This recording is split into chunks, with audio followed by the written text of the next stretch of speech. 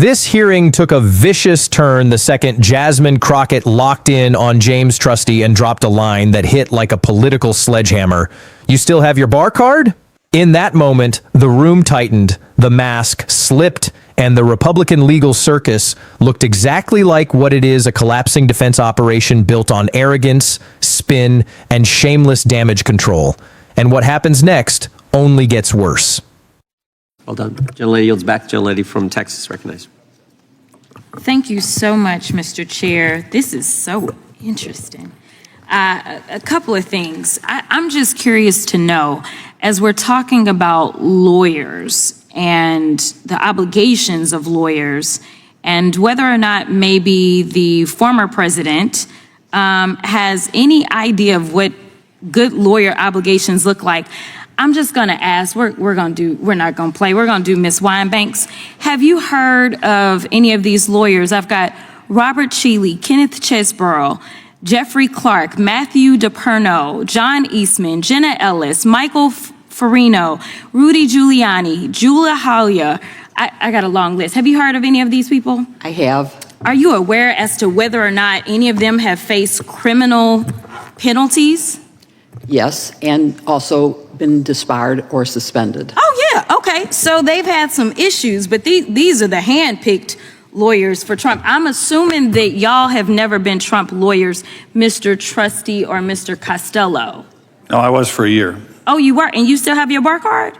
I'm sorry? You still have your bar card? Yeah, well, unless I get targeted for daring to represent a former president. You have absolutely done a lot better than most that deal with him. So good for you. I also want to make sure that we talk about what two-tier really looks like. And Mr. Trustee, since you've been a prosecutor before, I'm curious to know, have you ever had a criminal defendant that had over 80 counts in 4 different jurisdictions and somehow was not held pretrial? I know that you talked in your opening about your interpretation of what speedy trial looks like, and it's really only for those that are held pretrial. And last time I checked, most of the time those people held pretrial, they don't have anywhere near 80 counts pending against them. But I'm curious to know, in your experience, have you ever had someone that had over 80 counts pending in 4 different jurisdictions and they were not held pretrial? Yes or no? Well, no specific recall, Okay, all but right. I could answer That's more all if you'll let me. You told me no, and I understand because I hadn't either. So, in addition to that, there's been a gag order, since we're going to talk about the pending trial that's going on right now. Have you ever had a defendant that violated a gag order and then you went to the judge and the judge didn't lock them up and they done it at least 10 times? I think it's 10. I'm losing count right now. Have you ever had somebody violate? In 35 years, I had never seen a defendant gagged. Okay. Not my question. So you've never Well, it's had hard it. to get to the second part if they're never you've gagged. never had it. You're absolutely right.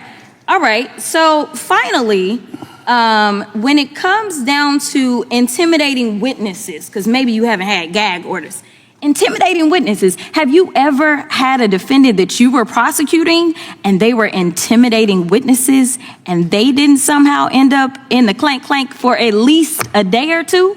I've had criminal death penalty prosecutions based on witness retaliation. I'm very familiar with gang cases and mafia cases. Most of those defendants were already incarcerated when they would orchestrate some sort of obstruction. Okay. If there's provable physical violence-based obstruction, it certainly makes sense that they be incarcerated. Thank you so much.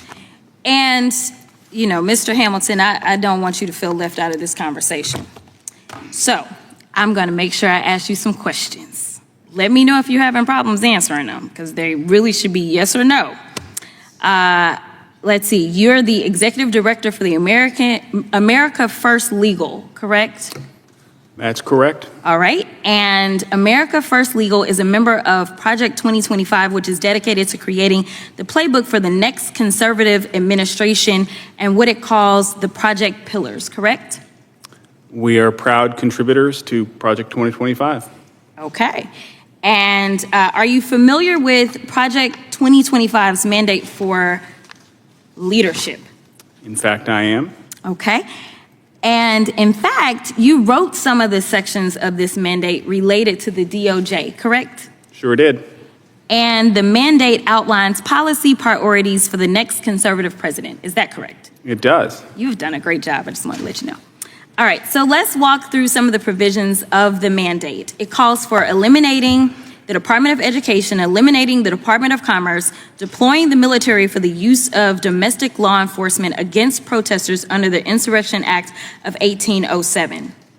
It also has the repealing of Schedule F status for thousands of federal employees to allow a president to replace career civil servants with unqualified partisan loyalists. That's probably my favorite of it. It also prohibits the FBI from combating the spread of misinformation and disinformation, like Russia and China, who are actively trying to interfere with American elections. I don't know why or how anybody can support Project 2025. And I know that there was allegedly a joke about dictators and whether or not that's funny, but in the United States of America, dictatorships are never funny, and Project 2025 is giving the playbook for authoritarianism as well as the next dictator to come in.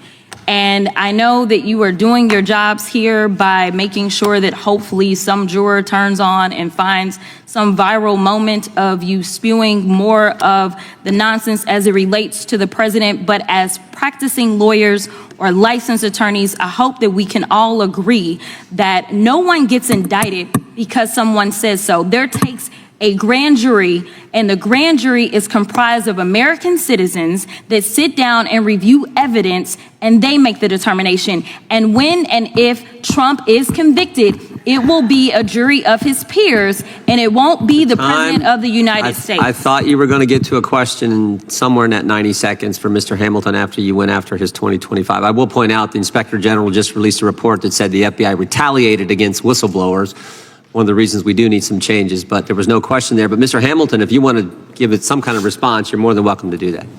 Mr. Chairman, my only response would be to say that there are a great number of policy options that have been provided to any future conservative administration through Project 2025, and it's an attempt to restore the rule of law in this country. And I reject the Huffington Post-style characterizations of the recommendations.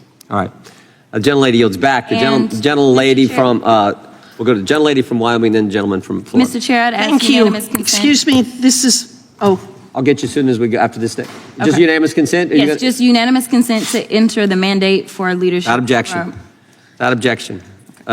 This exchange is a perfect snapshot of what has gone wrong with today's Republican Party. It no longer behaves like a serious governing movement, but like a protection racket for power, privilege, and endless misconduct. Jasmine Crockett's confrontation with James Trusty cuts straight through the polished talking points and exposes a broader Republican rot, an entire political machine that keeps elevating the same compromised figures, the same reckless legal defenders, and the same shameless narratives no matter how many scandals pile up. Instead of defending ethics, accountability, or the rule of law, Republicans keep circling the wagons around people whose careers are built on distortion, intimidation, and partisan loyalty. That is the real story here. Crockett's question lands because it captures the absurdity of the moment. In a healthier political system, repeated ethical disgrace would disqualify these figures from public credibility. But in the modern GOP, that baggage is practically a resume booster. The party has trained itself to treat corruption as combat, dishonesty as strategy, and outrage as a substitute for truth. What should embarrass them now energizes them. And that is precisely why moments like this resonate, because they reveal a Republican Party that is not merely wrong on the facts, but fundamentally hollowed out by its own addiction to spectacle, excuses, and moral collapse.